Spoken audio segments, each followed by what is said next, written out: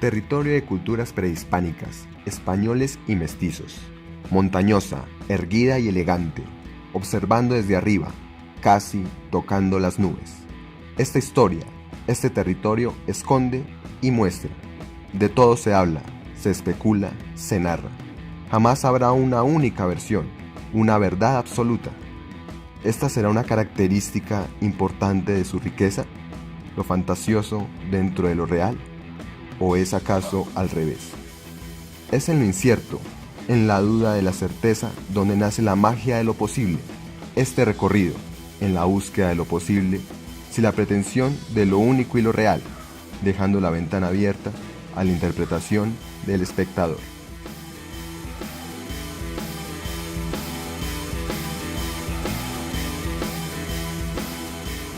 Este es el plano general de la excavación. Aquí vamos a encontrar el poste central, unos postes laterales, unos postes al interior y otros postes al exterior que permiten articular los litos del templo de Gonachacha. Entonces, si ustedes se dan cuenta, esto no podía ser un templo, porque si se dan cuenta que eso tiene más o menos 3 metros de diámetro, pues ¿quién cabe ahí? Y si hay un poste central, ¿de dónde van puestos? Y si se dan cuenta, hay una reducción del espacio que permite que nadie se pueda acostar ahí. O sea, no es una vivienda, y si es un templo, pues no es un templo para congregar personas, es un templo para dejar algo y ya, ¿sí? Y el acceso, por tanto, se daría desde la estructura de afuera, me permitiría entrar en forma de caracol y depositar agua. La estación 1 es el trabajo en la piedra de las poblaciones antiguas, ¿sí? Nosotros quisimos no empezar a generar dicotomías entre muiscas y herreras, quiénes eran los unos, quiénes eran los otros, porque todavía la arqueología no nos lo ha permitido aclarar tan fuerte como se requiere. Sin embargo, encontramos que las poblaciones más antiguas van a tener un muy buen trabajo de la piedra. Esta es la cantera que hoy es los Cojines del Saque. Esta es la fotografía y se hizo una ilustración a partir de ahí. Si ustedes van a los Cojines del Saque se dan cuenta que es la misma formación rocosa Bogotá y que posiblemente, esta escala, pues no era necesario 5.000 hombres para trabajar un litro, no, es necesario 3, 4, 5, porque los tamaños de los litros pues no son tampoco exagerados y permiten hacer un trabajo mínimo. Lo otro que es importante, que ustedes ven acá, es que hay una ranura en los litos, que es lo que ha hecho pensar a muchos arqueólogos que son falos o que son penes. Resulta que cuando se hace el estudio arqueológico y el estudio de experimentación, se da cuenta que esta ranura es necesaria para poderlos transportar. Entonces, la teoría de los falos pues se queda corta un poco, porque realmente muchos de los litos tienen 1 o 2 hendiduras que permiten es la huella del transporte. Nos vamos a dar cuenta entonces ahí, con todos los litos que ya hemos podido ver o los que han visto en el Pozo de Unzaúa, que existen unos litos, ¿sí?, que son únicos, como este, que es el más grande, que es el de 6,80 metros, que son litos de gran porte, que en arqueología se puede llamar megalitos, que son de gran tamaño. Vamos a encontrar los litos planos, son litos que tienen un trabajo muy bien hecho, pero que tienen unas hendiduras mucho más anchas, y las cuñas, las hendiduras donde posiblemente iban las cuñas para poderlos amarrar. Van a haber otros litos de cabeza redondeada que siguen teniendo marcas como de cuñas. Van a haber unos litos tubulares simples que no tienen marcas de cuñas ni de hendiduras, y van a haber otros litos de pequeño porte como el que encontramos en el templo de Gonachacha, ¿sí? Pero también utilizaban la piedra para fabricar herramientas. Entonces vamos a encontrar acá que van a haber muchas herramientas en las excavaciones arqueológicas.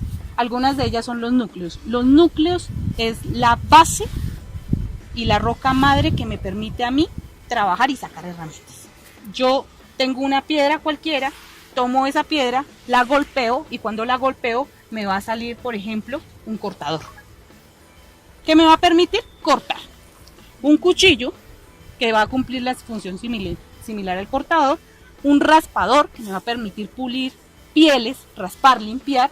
unos percutores que me van a permitir golpear. Y vamos a encontrar esas herramientas en las excavaciones que están apareciendo.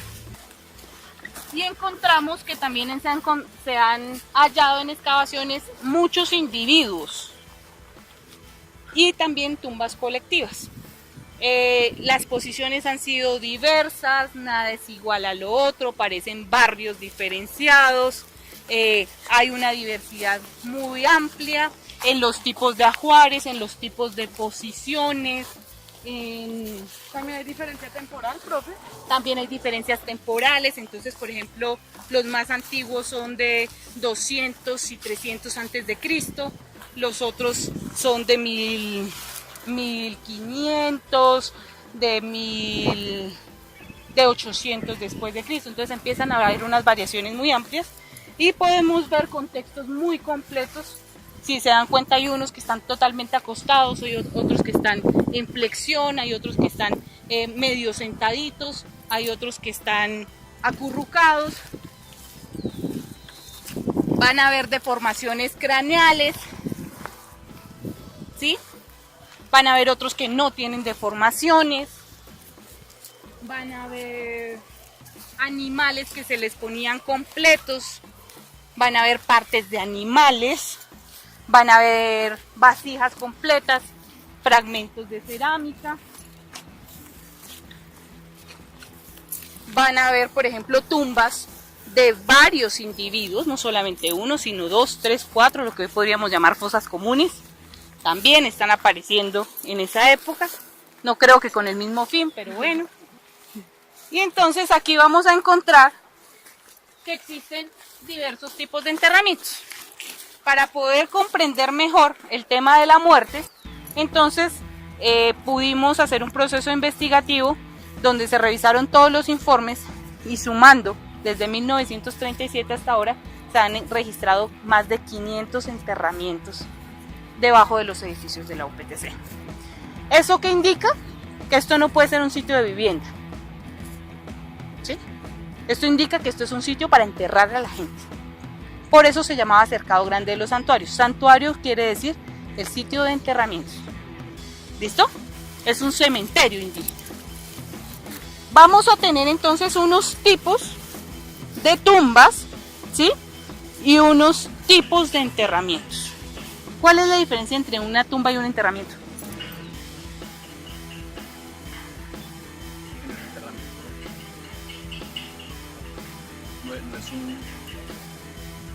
No lo ponen en un compartimiento, sino que la tierra no está. No. Una tumba y un enterramiento, ¿cuál es la diferencia? ¿En cuál? ¿En el tumba o en el entierro? ¿La intención? No, en la tumba. En la tumba. ¿La intención? La intención va en el enterramiento, la disposición y el tratamiento del cuerpo. ¿El enterramiento es qué? La intención, la disposición y el tratamiento del cuerpo. Y la tumba ya es. Y la tumba es la estructura donde queda. ¿Sí? ¿Cuáles son las tumbas de ahora? Son osarios, los osarios y los huecos en tierra, por ejemplo, Criptas. y los nichos y las criptas. ¿Sí? Esos son tipos de tumbas. ¿Cuáles son los tipos de enterramientos? En cajones, sin cajón, si está cremado en un Urna. osario, Ajá. en un osario o en una urna. en una urnita. ¿Sí ven? La diferencia entre tumba y enterramiento, ojo. Entonces, los tipos de tumba que habían en épocas prehispánicas van a ser tumbas de pozo y cámara, ¿sí? Tumba superficial, estas son muy comunes acá, a menos de 20 centímetros ya encontramos tumbas acá, ya hay cráneos. Por eso nos tocó sacar las vacas y poder hacer estos recorridos, porque las vacas estaban enterrando y dañando los cráneos, ¿sí? Vamos a encontrar tumbas de doble pozo y cámara. Estos van a ser los tipos de tumbas. Los tipos de enterramientos, ¿cuáles van a ser? Enterramiento simple, yo voy, lo dejo y le pongo algo. Enterramiento múltiple, yo voy, lo dejo, se murió otro, voy, lo dejo, se murió otro, voy, lo dejo. O se murieron varios, voy y dejo a los otros. Pero hay un enterramiento secundario. Esto es muy importante, ¿por qué? Porque ahora se nos asemeja a las cenizas. Pero antes esperaban, descarnizaban, limpiaban los huesos y los depositaban. Eso pasa con los hipogeos de tierra adentro. ¿Sí? Porque primero lo guardan a uno, lo dejan un tiempo, lo sacan, hacen el arreglo y lo depositan a uno en otro lado. Sí, por eso quedan incompletos los cuerpos. Entonces a veces, pum, se cayó una falange. Y adentro pasa eso. En tierra adentro pasa. Entonces, Pero en cierta forma en los cementerios le dicen aquí esta tumba es por 7 años, 10 años y dentro de 10 años lo sacamos y mire a ver si usted viene a recogerlo o va a pagar. exactamente. Entonces ese acto, después de los 10 o de los 14 años, va a ser entierro secundario. ¿Sí? Lo sacaron del sitio original y lo llevaron para otro lado, lo metieron en un cajoncito más pequeño, o lo quemaron, o lo botaron en otro lado y le sembraron un árbol, no sabemos. ¿Listo? Vamos a encontrar que en estos sitios también se hace un ajuar funerario. ¿Qué es el ajuar funerario? Lo que se le deja al muerto. ¿Sí? Aquí es importante aclarar dos cosas. Ojo, en los muiscas y en las poblaciones antiguas del altiplano cundiboyacense no necesariamente tienen todo esto. Encontramos entierros donde solamente tiene un fragmentico de cerámica, no más. Y no es que el indio haya sido pobre, no, posiblemente ese no necesitaba nada más para la otra vida, ¿sí? Posiblemente estos sí necesitaban más. Entonces hay otra connotación y vamos a encontrar entre vasijas de cerámica, dientes, collares de dientes y de muelas que son comunes tanto de humanos como de animales, volantes de uso o restos de animales. Este es uno de los enterramientos que nos llamó muchísimo la atención. ¿Por qué?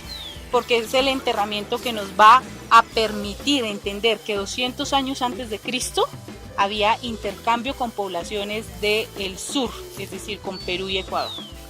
Esto que ustedes ven aquí es una cuenta de collar del Spondylus. El Spondylus es un tipo de animal que vive, un bivalvo, como imagínense una concha doble, ¿sí? Que vive solamente en la corriente del Humboldt. La corriente de Humboldt se da entre Ecuador y Perú. Y esa corriente de Humboldt permite que los Spondylus vivan ahí. Los Spondylus se dan 20 metros abajo del océano. Es decir, que quienes sacaban los Spondylus eran unos grandes buceadores y tenían una especialización. Es decir, que quien tenga un Spondylus en su tumba va a ser un personaje muy importante, porque no todo el mundo puede acceder a eso. Y este niño, aquí, donde está ese letrero de paso peatonal, ahí enfrente van a encontrar ustedes una división. Eso se quita y ahí está todavía el enterrado, porque se dejó para poder hacer excavación posterior con técnicas de recolección para poder continuar la investigación. ¿Por qué? Porque nos está hablando de una cosa muy importante de intercambio, de otro intercambio que se hizo. Esta concha sí es con la gente del norte, esta es atlántica, y un coatí que tenía completo en su cabeza. Entonces, eso nos permite entender el ajuar funerario. Si tenían contacto con otras gentes, ¿no? ¿Cómo llega un Spondylus a Boyacá hace 200 años? ¿Por el río Magdalena? No sabemos. ¿El río Magdalena hasta dónde llegaba? Y de ahí atravesarlo a dónde, y bajarlo a Perú, a las costas norte, no sabemos. Entonces, estas son preguntas de investigación que quedan para los futuros investigadores o para nosotros si queremos meternos en el cuento. Entonces vamos a encontrar parte de los ajuares y nos damos cuenta, claro, esto ya es 1991, ya no es 1930. La tecnología cambia, las cámaras, el color, el tipo de registro, el tipo de cuidado con las piezas, ¿sí? Entonces vamos a encontrar parte de los ajuares. Ollas globulares con asas, entierros incompletos, entierros en posición de cúbito dorsal, tumbas de pozo con individuo en posición lateral y miembros recogidos, urnas funerarias de niños, por ejemplo, que son las mismas ollitas con los restos óseos en su interior. Y llegamos a la estación 3, que denominamos pintar, ofrendar y decorar. ¿Por qué? Porque nos llamó muchísimo la atención el manejo de pigmentos que tenían estas poblaciones.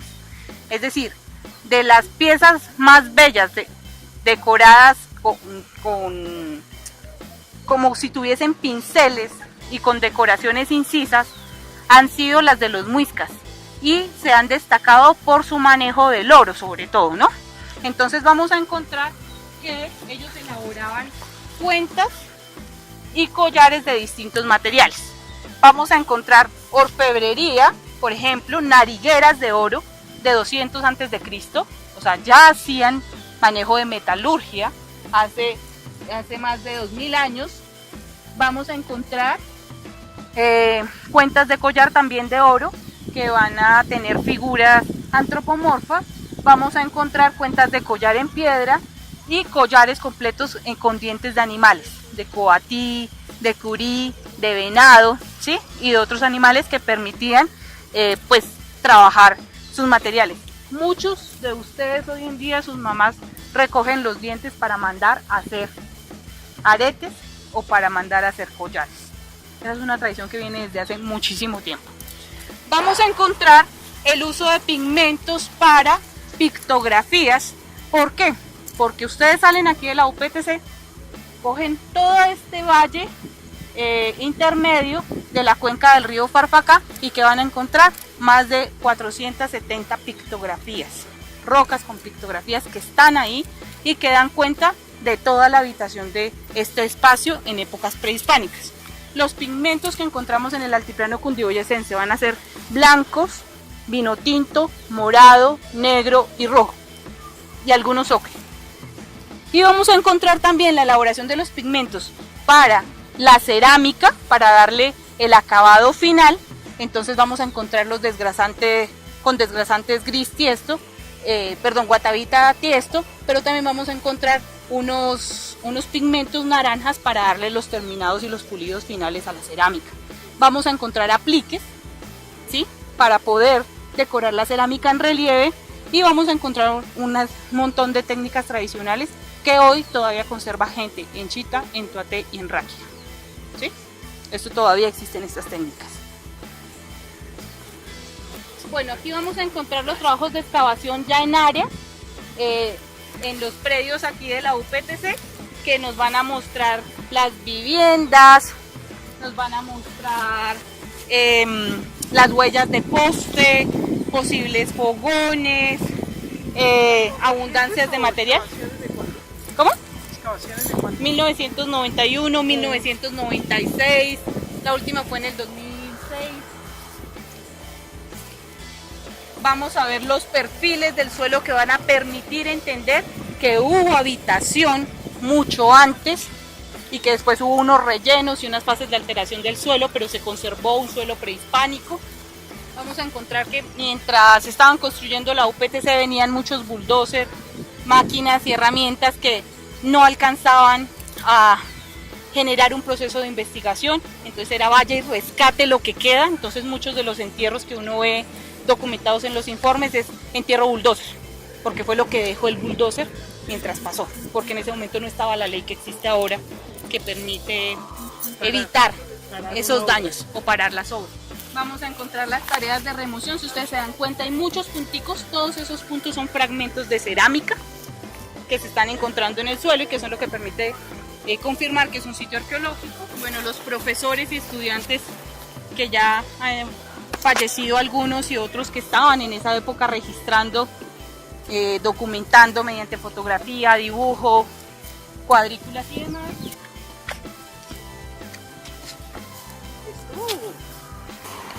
Bueno, aquí vamos a encontrar una de las excavaciones más juiciosas después de la del 37, que es la de 80 de Neila Castillo. Neila Castillo excava justo el sitio que ahorita vamos a ver, la huerta, por eso se puede hacer la huerta posteriormente ahí.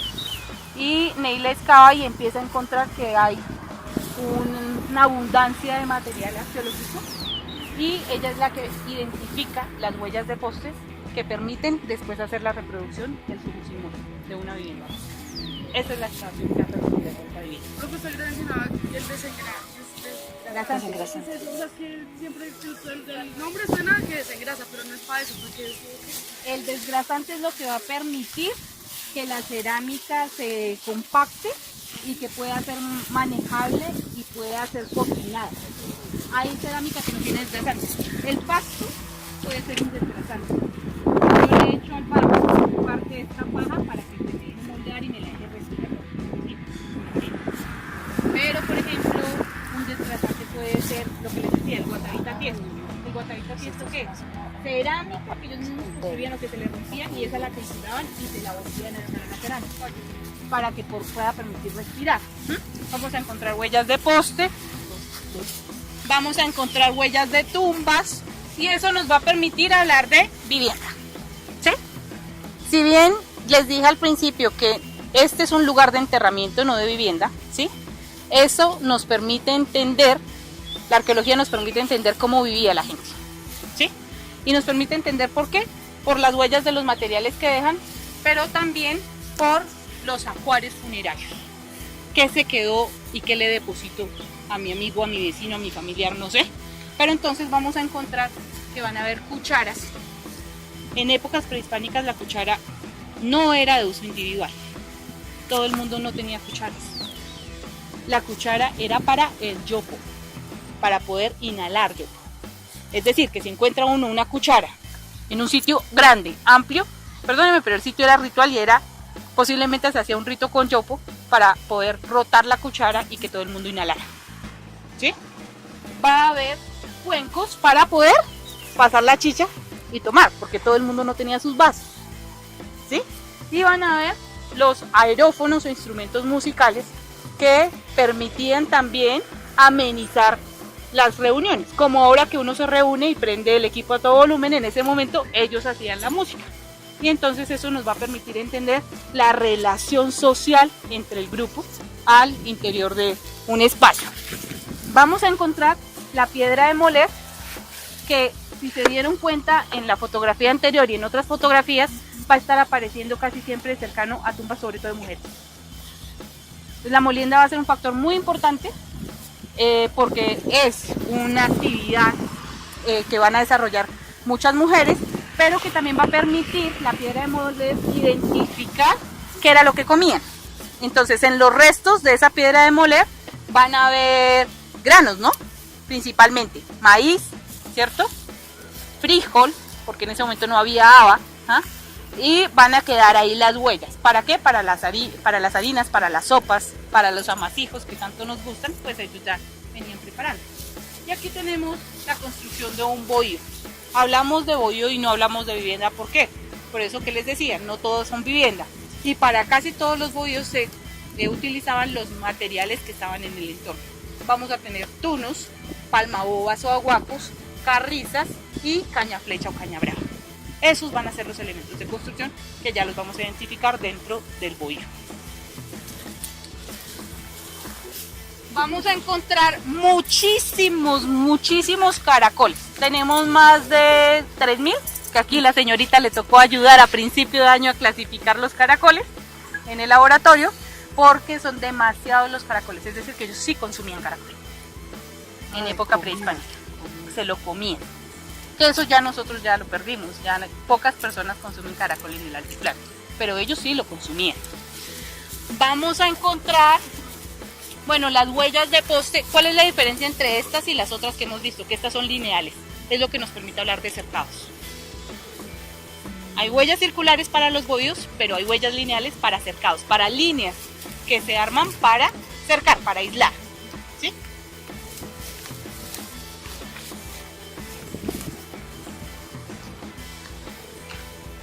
Entonces, aquí vamos a encontrar las fases de construcción. ¿Se acuerdan de cuáles eran los materiales de construcción? ¿Cuál es la palmaboba? ¿Cómo es una palma? ¿Cómo es el tronco de una palma? Redondo.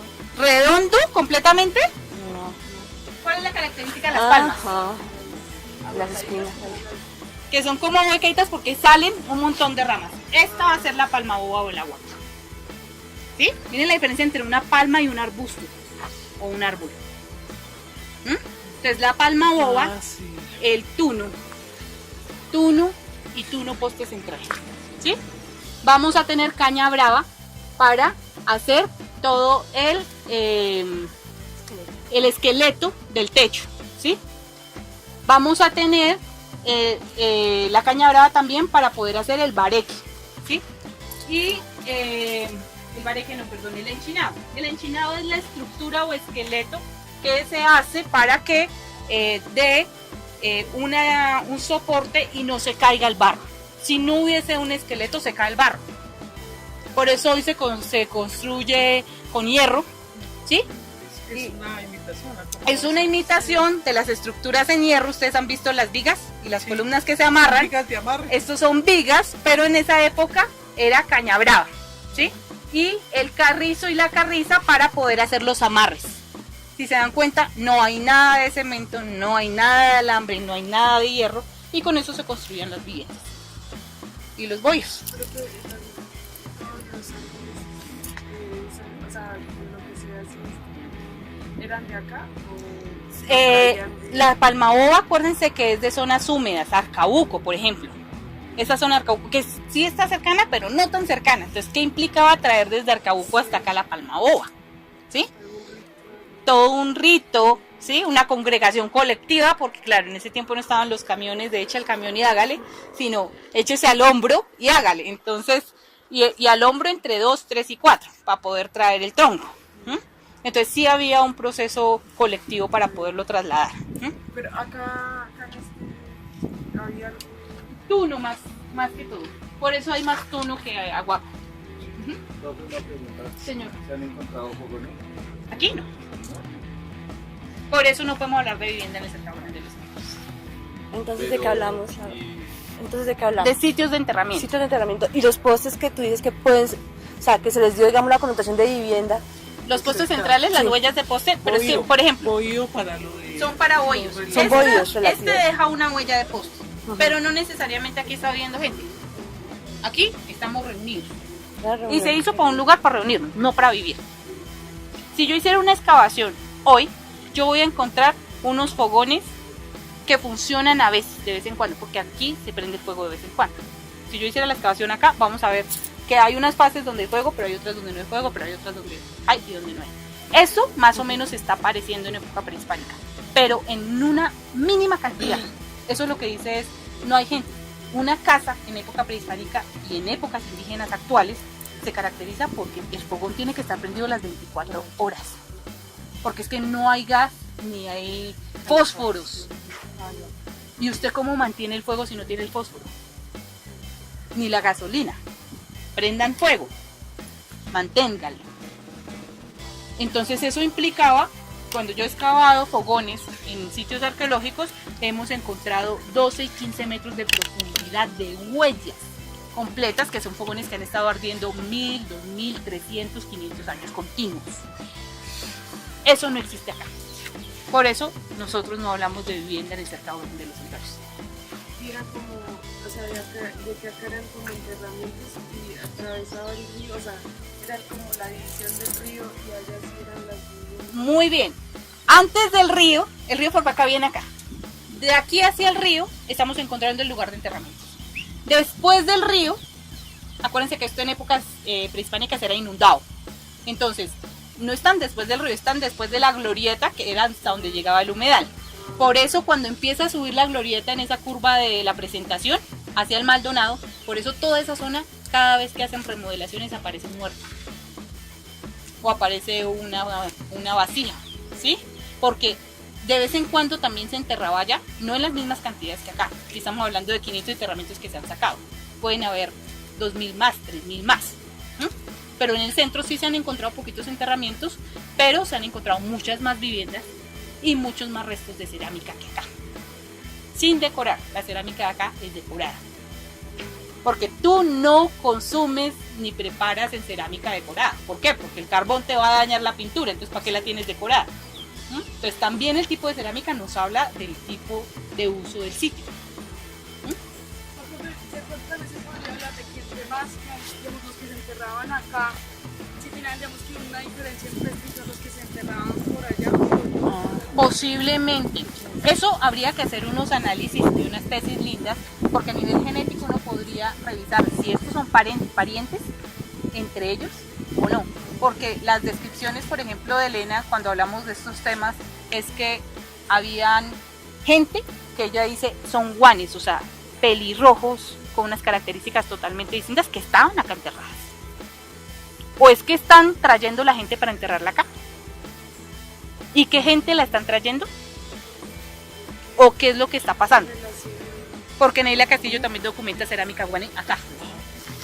Bueno, aquí nos encontramos ya en la última estación, que se llama aprovechamiento del medio. ¿Por qué? Porque si estamos hablando de la vivienda, de que aprovechaban del medio para poder construir las viviendas, vamos a encontrar también muchos restos de animales, de carbones, maíces carbonizados, frijoles carbonizados, pero unas estructuras microscópicas en los dientes que se llaman los fitolitos. Los fitolitos son estructuras de sílice que se almacenan en los dientes a partir de todo lo que nosotros comemos.